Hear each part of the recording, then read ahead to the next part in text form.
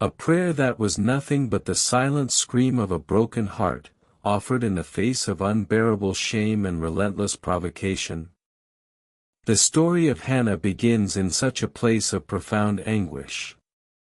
She was an ordinary woman, living in a culture that measured a woman's worth by the children she bore, and her womb was barren. But what happens when a woman's deepest pain collides with God's sovereign plan? This is the story of Hannah, whose tear-soaked, silent prayer in a dusty tabernacle would not only break her own chains of sorrow but would echo through eternity, changing the course of a nation and giving birth to its greatest prophet.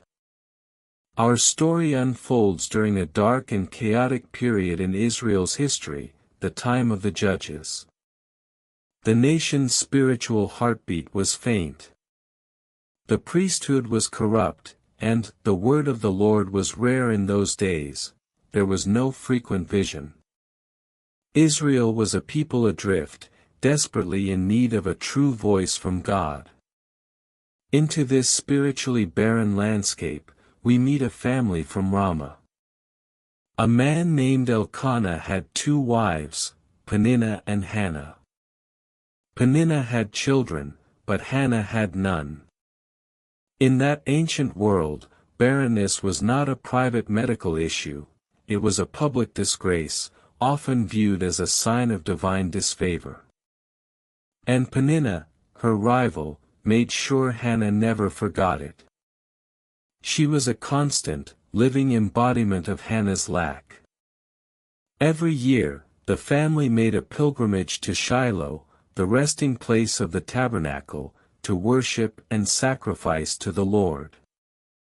This should have been a time of joy, but for Hannah, it was an annual ritual of humiliation. Elkanah, who loved Hannah deeply, would give her a double portion of the sacrifice. It was a tender gesture, an attempt to fill her emptiness with his love. But it only highlighted her deficiency. Peninnah would then seize the moment, provoking Hannah grievously to irritate her, because the Lord had closed her womb. Imagine the scene. The smell of roasting meat from the peace offering mingling with the bitter taste of tears. The sounds of Peninnah's children laughing, each laugh a dagger in Hannah's heart. Elkanah's loving but inadequate words, "Hannah, why do you weep? And why do you not eat? And why is your heart sad? Am I not more to you than 10 sons?" He loved her, but he could not understand the depth of her shame, the unique agony of a woman created to give life, yet unable to do so. So Hannah would weep and not eat. Her sorrow was a physical weight, stealing her appetite, silencing her voice. Year after year, this cycle of pain repeated itself. But this year, something was different. The pain had reached a breaking point. It was no longer a sorrow she could contain. After the meal in Shiloh, Hannah rose. She didn't go back to her tent to weep in private. She walked with purpose toward the tabernacle, the very place where God's presence was said to dwell. Her heart was a storm of grief, bitterness, and a final, desperate sliver of hope. She entered the courtyard. Eli, the high priest, sat on a chair by the doorpost, a weary symbol of Israel's decaying spiritual leadership. He was old, his eyes were dim, and his own sons were a disgrace to the priesthood. He saw Hannah, but he didn't truly see her. Hannah began to pray. But this was no ordinary prayer. The Bible says she was deeply distressed and prayed to the Lord and wept bitterly. This wasn't a formal, recited prayer. This was the raw, unfiltered anguish of her soul pouring out before God. Her shoulders shook with silent sobs. Her lips moved, but no sound came out. She was so consumed in her conversation with God that the world around her faded away. And she made a vow and said, "O Lord of hosts, if you will indeed look on the affliction of your servant and remember me and not forget your servant, but will give to your servant a son, then I will give him to the Lord all the days of his life, and no razor shall come upon his head." 1 Samuel 1 verse 11. This was the turning point. Her prayer was not just a desperate plea for a baby. It was a radical act of surrender. In her deepest moment of wanting, she promised to give the child back. She wasn't just asking God to fix her problem of barrenness, she was offering to provide a solution to God's problem, the lack of a faithful servant in his house. Her personal crisis was intersecting with a national crisis. Eli, observing her strange, silent intensity, completely misread the situation. He saw a woman moving her lips with no sound and drew the most cynical conclusion possible. "How long will you go on being drunk?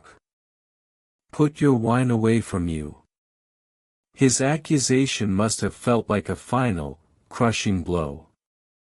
The highest spiritual authority in the land, the man meant to be God's representative, saw her profound piety as public intoxication.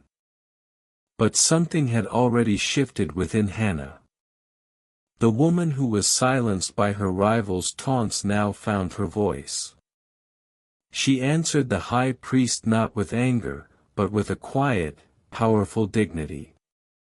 "No, my lord, I am a woman troubled in spirit. I have drunk neither wine nor strong drink, but I have been pouring out my soul before the Lord." 1 Samuel 1 verse 15. She wasn't making a request, she was making a statement. "I am pouring out my soul." In that moment, Eli's spiritual eyes were opened just enough to see the truth. He recognized the sincerity of her pain. His response was simple, yet it carried the weight of divine authority: "Go in peace, and the God of Israel grant your petition that you have made to him." And with those words, the transformation was complete. Hannah's burden lifted. The Bible tells us, "And she said, Let your servant find favor in your eyes." Then the woman went her way and ate, and her face was no longer sad. 1 Samuel 1 verse 18. She had not yet conceived. Nothing in her physical circumstances had changed. But she had left her sorrow at the feet of the Almighty. She had prayed in bitterness and rose in faith. She ate, a simple act signifying that the inner turmoil that had stolen her hunger was gone. She walked away with the quiet confidence that God had heard her. In due time, God remembered Hannah. She conceived and gave birth to a son. And she named him Samuel, which means, heard by God. For she said, "I have asked for him from the Lord." For the next few years, her home was filled with the joy she had longed for. The taunts of Peninnah faded into irrelevance. But Hannah had made a vow. And when the time came to wean the boy, she faced the ultimate test of her faith. Would she keep her promise? Her love for this child, the answer to her deepest prayers, must have been overwhelming. But her love for God was greater. She took her young son, the miracle she had waited for, back to the tabernacle in Shiloh. She brought him before Eli, the same priest who had once misjudged her. "For this child I prayed," she declared, her voice ringing with fulfillment, "and the Lord has granted me my petition that I made to him. Therefore I have lent him to the Lord. As long as he lives, he is lent to the Lord." 1 Samuel 1 verses 27 to 28.